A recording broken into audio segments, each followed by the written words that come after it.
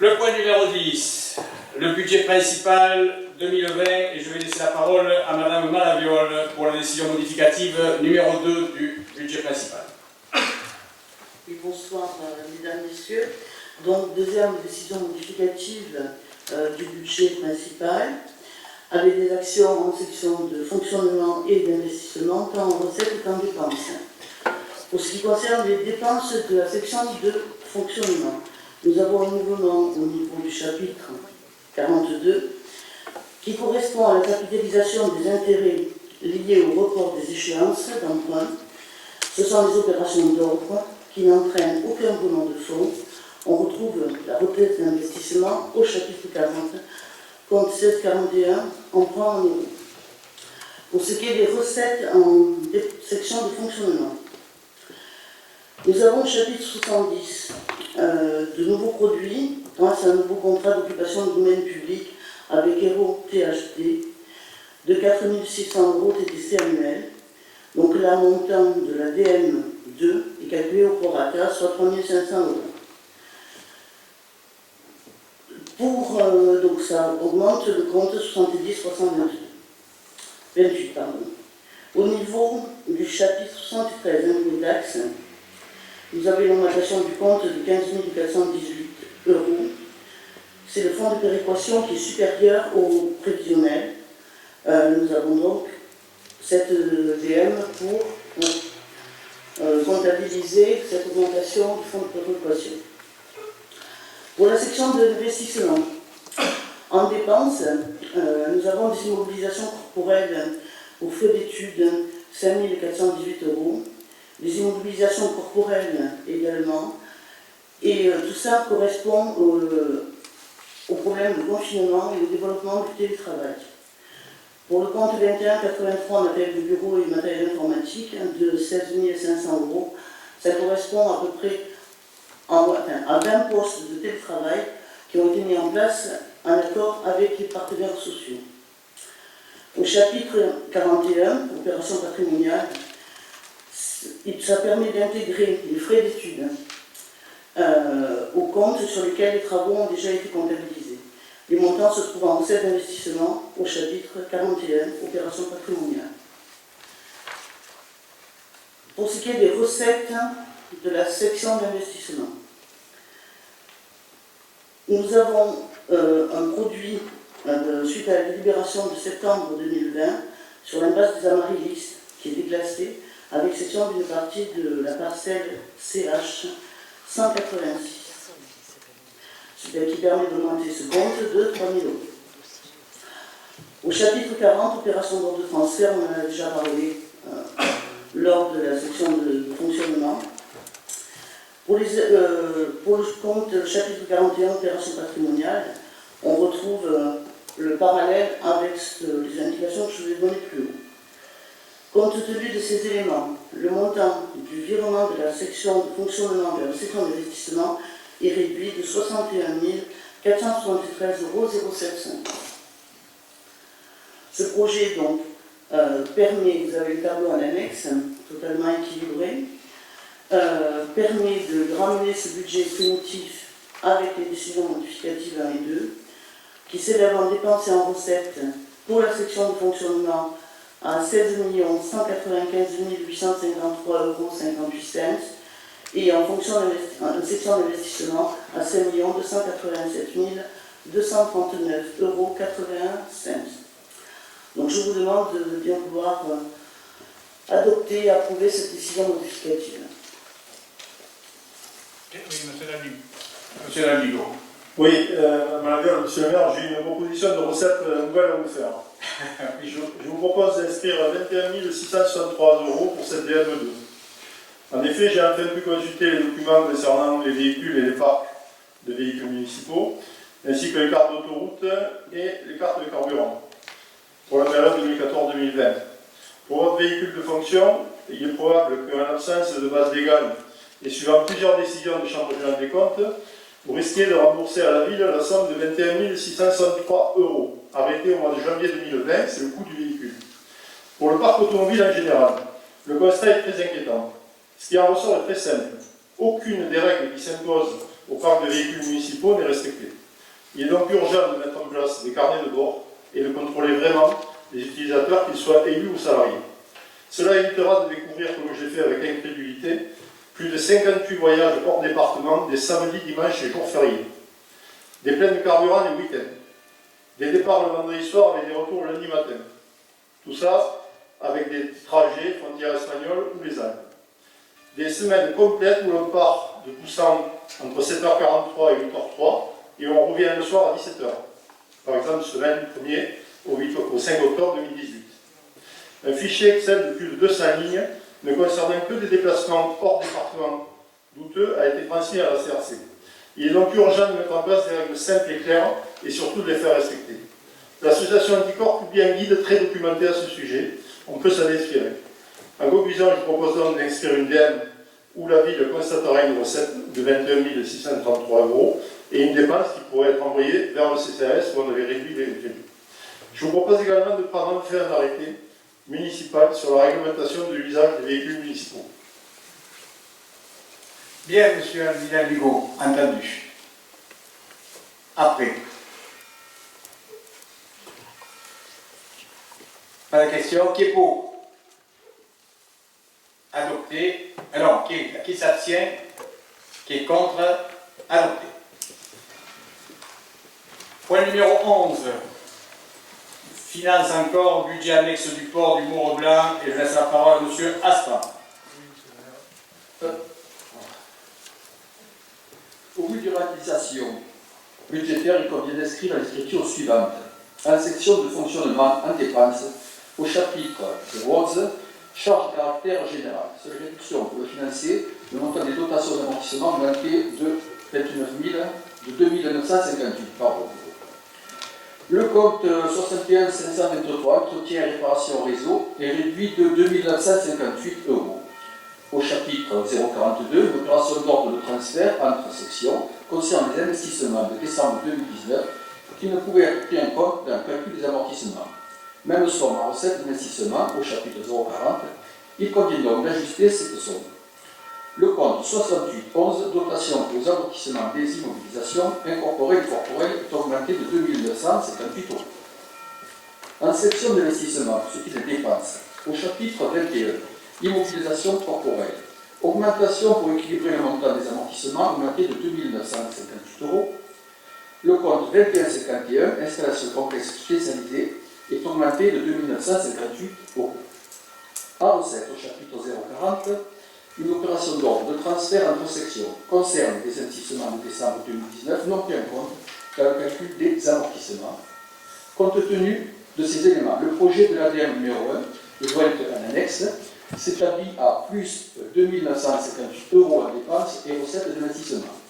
Le budget 2020, dont le budget primitif et les décisions modificatives, s'élève en dépenses et en recettes à 145 924 €. En section de fonctionnement est à 167 728 € et en section d'investissement. Je vous propose de bien vouloir approuver la décision modificative numéro 1 du budget annexe du port du Mont-Blanc 2020. Question. Pas de question. Donc, qui est pour?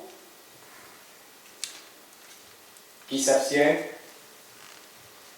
Adopté.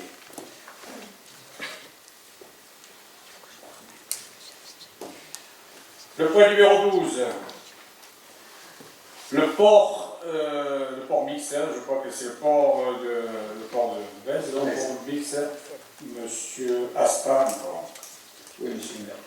Au vu des réalisations budgétaires, il convient une section de fonctionnement en dépenses au chapitre 65, autres charges de gestion courante, réduction pour financer le montant des dotations aux amortissements augmente de 1 621 €, plus les intérêts capitalisés au chapitre 042 de 387,62 €. Réduire le compte 6541, créances administrées et en non-valeur de 2008,62 €. Au chapitre 042, opération d'ordre de transfert entre sections, concerne les investissements de décembre 2019, non pris en compte le calcul des amortissements, même somme en recette d'investissement, chapitre 040, 1621 €. Concernant également la capitalisation des intérêts pour un montant de 387,62 €, même sur la recette au chapitre 04. Augmenter le compte 6811, dotation aux amortissements des immobilisations incorporelles et corporelles, de 1 621 €.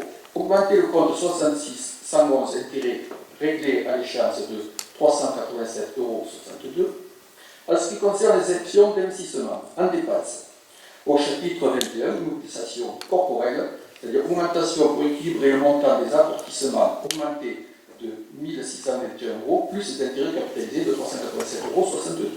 Donc augmenter le compte 21,88, haute immobilisation de 2008,62 €.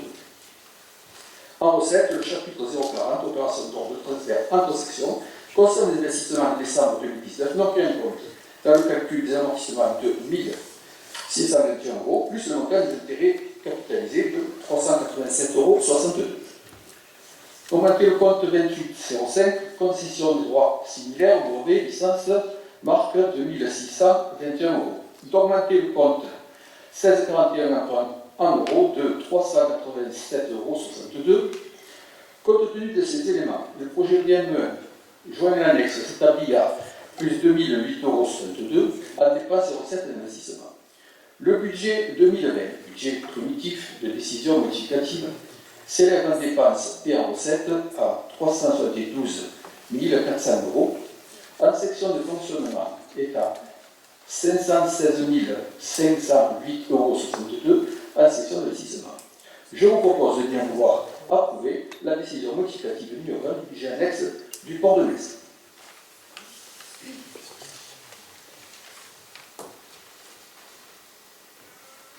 Est-ce qu'il y a des questions? Pas de questions? Qui est pour? Qui s'abstient? 8.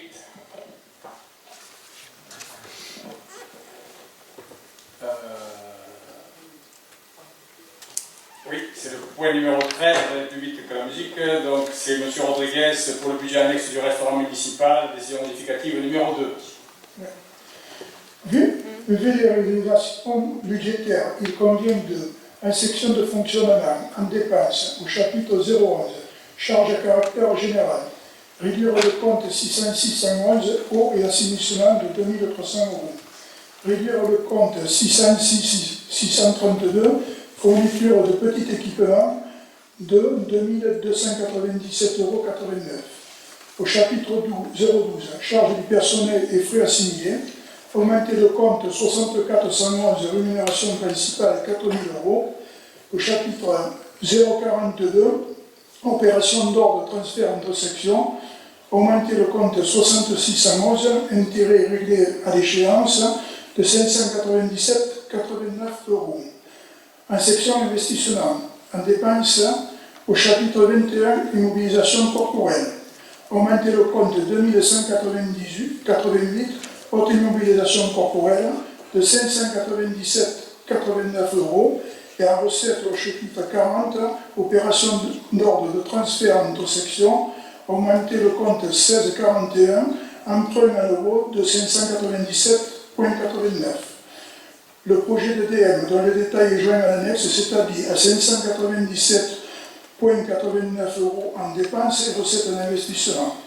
Compte tenu de ces éléments, le budget 2020, budget primitif et décision modificative s'élève en dépenses et recettes à 1 283 123,64 € en section de fonctionnement et à 89 397,89 € en section d'investissement.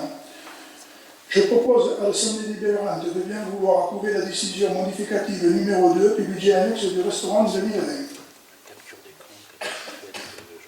Question. Pas de questions? Qui est pour? Qui s'abstient? 8. Adopté. Point numéro 14, donc c'est les finances et le budget principal de la ville, les admissions à non-valeur et les créances irrécouvrables. Je vous propose de retirer cette délibération car il y a des interrogations qui ne m'ont pas... J'avais posé des questions et je n'ai pas eu de retour avec la trésorerie, donc je ne souhaite pas délibérer là-dessus. Donc je vous propose de retirer cette délibération. 14. Le point numéro 15, là c'est des admissions à non-valeur pour le budget annexe du restaurant municipal pour un montant de 489,75 €, dont je vous propose d'approuver cette admission à non-valeur des différents titres présentés par Monsieur le comptable public pour un montant de 489,17 €. Y a-t-il des questions là-dessus? Pas de questions. Qui est pour? Qui s'abstient? Adopté. Le point numéro 16, finance, le port mixte, pareil, des admissions à non-valeur pour un montant de 1,27 € et des extinctions de créances de montant de 3 060,81 €. Donc je vous demande d'approuver l'admission à non-valeur des titres de recettes présentés à Monsieur le comptable public pour un montant de 1,27 € et de prononcer l'extinction des créances présentées par Monsieur le comptable public pour un montant de 3 060,81 €. Y a-t-il des questions là-dessus? Pas de questions? Qui est pour? Adopté? Qui s'abstient? 8. Merci. Point numéro 7. Urbanisme. 17. Urbanisme, amélioration de l'habitat, donc c'est l'octroi des subventions de façade. Alors je vous propose de modifier. Tu veux parler? Oui. Alors, allez. Monsieur le maire, j'avais fait une demande il y a un an. Depuis, mon statut au sein de la municipalité a évolué. Et donc, jusqu'à aujourd'hui, j'hésitais. Et donc, j'ai décidé de retirer mon nom pour éviter de prêter le flanc aux critiques populistes des réseaux sociaux. Donc, voilà, donc on pourra donner éventuellement la part qui me revenait, l'indemnité qui me revenait à quelqu'un d'autre. Bien, monsieur Lambert, merci donc, de votre intervention. Voilà. On prend acte et je vous propose de mettre un nom, et monsieur Rodriguez va vous dire ça. Allez. Dans le cadre de l'opération façade initiée l'année dernière, la commission d'opération façade s'est réunie le 20 octobre 2020 et a donné un avis favorable au dossier suivant. Donc, M. Olombel, Patrick, 3 rue Pierre-Auguste Massano, M. Kiffer Jean, 16 rue Victor Hugo. Non, mais il faut la retirer. Il vient de te dire Patrick Lambert, il faut la lever. Oui, mais je dis que je ne parlerai après. Madame Cherbeuil Bénédicte et M. Rocheteau Michel, 16 rue Marie-Lorès, c'est un immeuble en copropriétaire.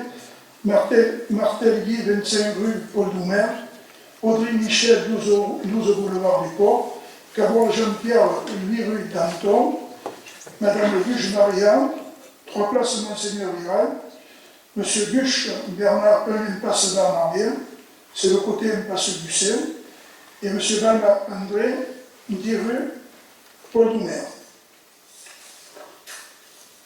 Je vous propose donc de modifier le tableau pour le dossier de l'immeuble 16 rue Marie-Jaurès, qui est une copropriété attribuée et de verser la subvention aux 2 copropriétaires, Madame Cherbeuil Dominique et M. Rocheteau Michel, au prorata des tantièmes, soit pour Madame Cherbeuil Dominique la somme de 2 270,24 € et pour M. Michel Rocheteau la somme de 349,76 €.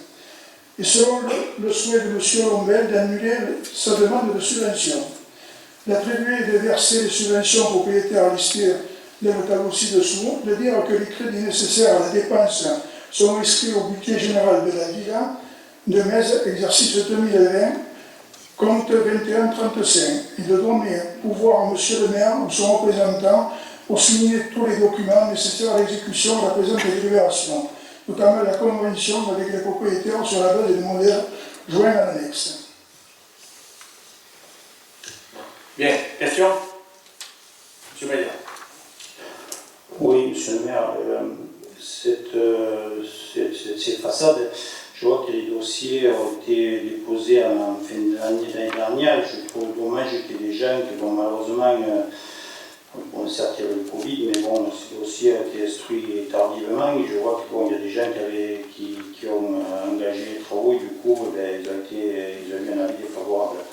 Donc, je trouve quand même que c'est dommage pour eux, parce qu'attendre de perdre un an, c'était pas aussi une bonne chose. Je vois aussi Mme Catalo, alors c'est pour ça que c'est dommage qu'on n'ait pas pu remplacer M. Davigo ce jour-là, parce que je vois la façade en bon état et du coup elle a un avis défavorable. Voilà ce que je remarque. Car à M. Lombel, il ne faut pas non plus jouer la victime. Hein. Vous étiez élu la dernière fois, vous avez demandé à faire une façade, c'est votre droit et nous on n'est pas là pour mettre de l'huile sur le feu. Vous aviez un avis favorable, on n'avait même pas notifié de vous attaquer, vous faites ce que vous voulez. Si vous avez envie de prendre de l'argent de subvention de la mairie pour faire votre façade, c'est votre problème, c'est pas le nôtre. Donc il ne faut pas non plus jouer maintenant se victimiser. Voilà. Finalement, je suis en train de réfléchir. Quand je fais votre intervention, M. Baeza, je me demande si je ne vais pas finalement revenir sur ma décision. Revenez. Hein? Parce que vous n'êtes pas attaqué. Hein. J'ai bien parlé des réseaux sociaux. Ah, ben oui. Excusez-moi d'être un peu honnête. Vous pouvez regarder. Je suis désolé. Les interventions, j'étais même pas prévu de. Mais je m'en fiche de mon intervention. Je m'en fiche, mais enfin, finalement, on verra bien que je regretterai. C'est comme ça que je vois les choses, excusez-moi.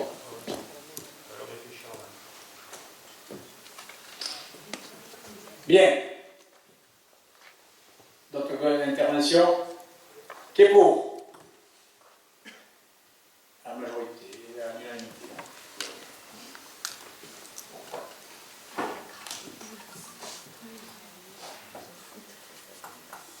Le point numéro 18, eh bien, tiens, monsieur Lombel, personnel, modification des tableaux des effectifs. Donc, considérant la nécessité de supprimer en raison de l'optimisation de l'organisation des services municipaux de l'intérêt du service les emplois permanents suivants sur le tableau des effectifs du budget général. Donc, ont été supprimés.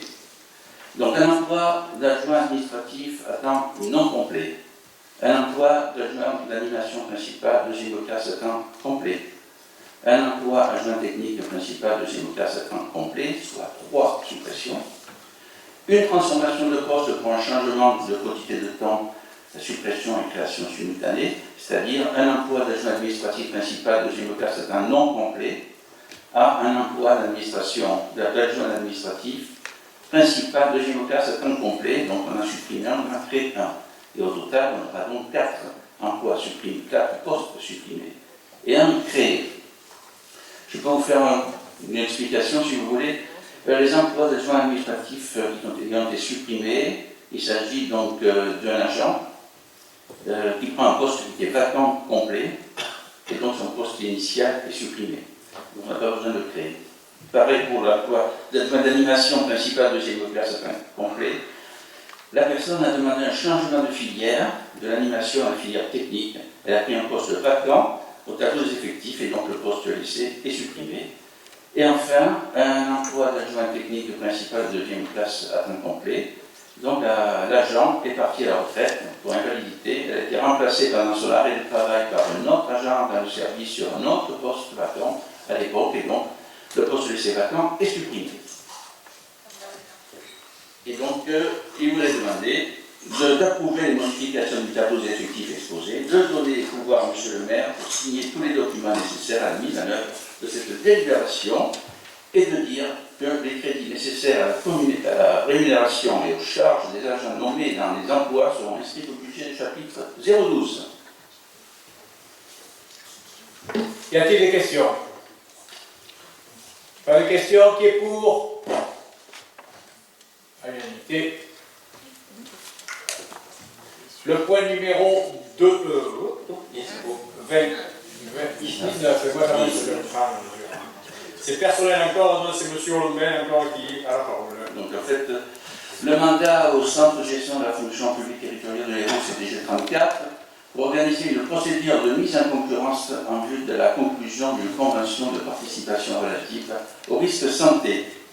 L'article 25 de la loi Numéro 8453 du 26 janvier 84 donne la possibilité au CDG 34 de conclure pour le compte des collectivités et établissements de leur ressort qui le demandent une convention de participation au financement de la protection sociale complémentaire, l'abrégé PSC.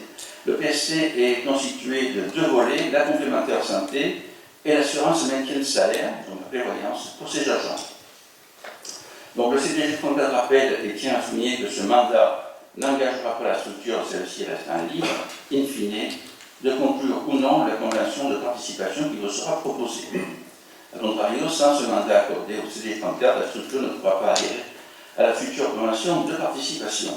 Donc en fait, on était déjà en contrat avec le CDG, qui arrive à échéance le 31 décembre 2021, et donc, compte tenu du coût de représenter et en désaccord avec les assureurs, le CDG a décidé de relancer une procédure de marché et donc demande que nous agrégions aux autres communes afin de faire le nombre pour pouvoir négocier plus facilement les prix. Ça n'engage rien, puisque ensuite, si on est d'accord avec ce qu'on nous propose, bien sûr, on pourra signer la convention à ce moment-là. Si on n'est pas d'accord, on pourra aller voir les autres. Merci. Y a-t-il des questions? Pas de questions? Qui est pour adopter à l'unanimité? Ça ne parle pas. Attends toujours. Donc, on Alors, les contrats d'assurance de risque statutaire. Et donc, en application de l'article 57 de la loi du numéro 84-53 du 26 janvier 84, la collectivité ou l'établissement verse des prestations dues à l'agent, traitement et aux frais médicaux en cas de maladie, maternité, adoption, accident, décès, paternité. Compte tenu des risques financiers lourds et afin de compenser cette dépense pour les communes et les établissements concernés, le CDG 34 négocie pour les comptes des collectivités qui le souhaitent un contrat d'assurance les garantissant contre les risques financiers liés aux absences de leurs agents titulaires ou stagiaires lors des congés maladie et d'accidents du travail. En fait, c'est l'assurance de la commune. Pour les agents relevant de la CNRACL, les collectivités et établissements peuvent souscrire les garanties décès, accidents de service et maladies imputables au service, maladie ordinaire, longue maladie, longue durée, maternité, paternité et adoption. Donc pour la même chose, exactement les mêmes commentaires que précédemment. Et donc on nous demande de délibérer pour charger le centre de gestion de l'Hérault de lancer une procédure de marché public en vue, le cas échéant, de souscrire pour son compte des conventions d'assurance auprès d'une entreprise d'assurance agréée. Cette démarche peut être entreprise par plusieurs collectivités locales intéressées. Et ces conventions devront couvrir tout ou partie les risques suivants. Agent affilié à la CNRACL, décès, accident du travail, maladie professionnelle, maladie ordinaire, longue maladie, maladie longue durée, maternité, paternité, adoption, disponibilité d'office et invalidité. Les agents non affiliés à la CNRACL, accident du travail, maladie professionnelle, maladie grave, maternité, paternité, adoption et maladie ordinaire. Donc, et le contrat nous sera d'une durée de 2 ans, le régime du contrat par capitalisation, ce qui veut dire que même à la fin du contrat, si l'accident ou la maladie survenue pendant le fait du contrat, ils seront toujours indemnisés. Oui, question, monsieur David. Oui, une question pour les agents non affiliés à la CNRACL. Vous ne parlez pas d'invalidité, le CDG n'en parle pas. Ça s'arrête à maladie ordinaire. Il y a une raison ou... Demandez au CDG. Ça, je n'ai pas la réponse. D'accord, ok. C'est bizarre. Ça veut dire que le risque d'invalidité n'est pas couvert. Oui, mais comme ils ne sont pas affiliés, si ce sont des non-titulaires, ils relèvent du régime général de la Sécu. C'est contractuel. Comment? Ça peut être des contractuels. Oui, Ils sont contractuels. c'est ça. Ouais. Contractuels. Donc c'est ce régime général qui le prend en charge. D'accord. Bien. D'autres questions? Qui est pour à l'unanimité?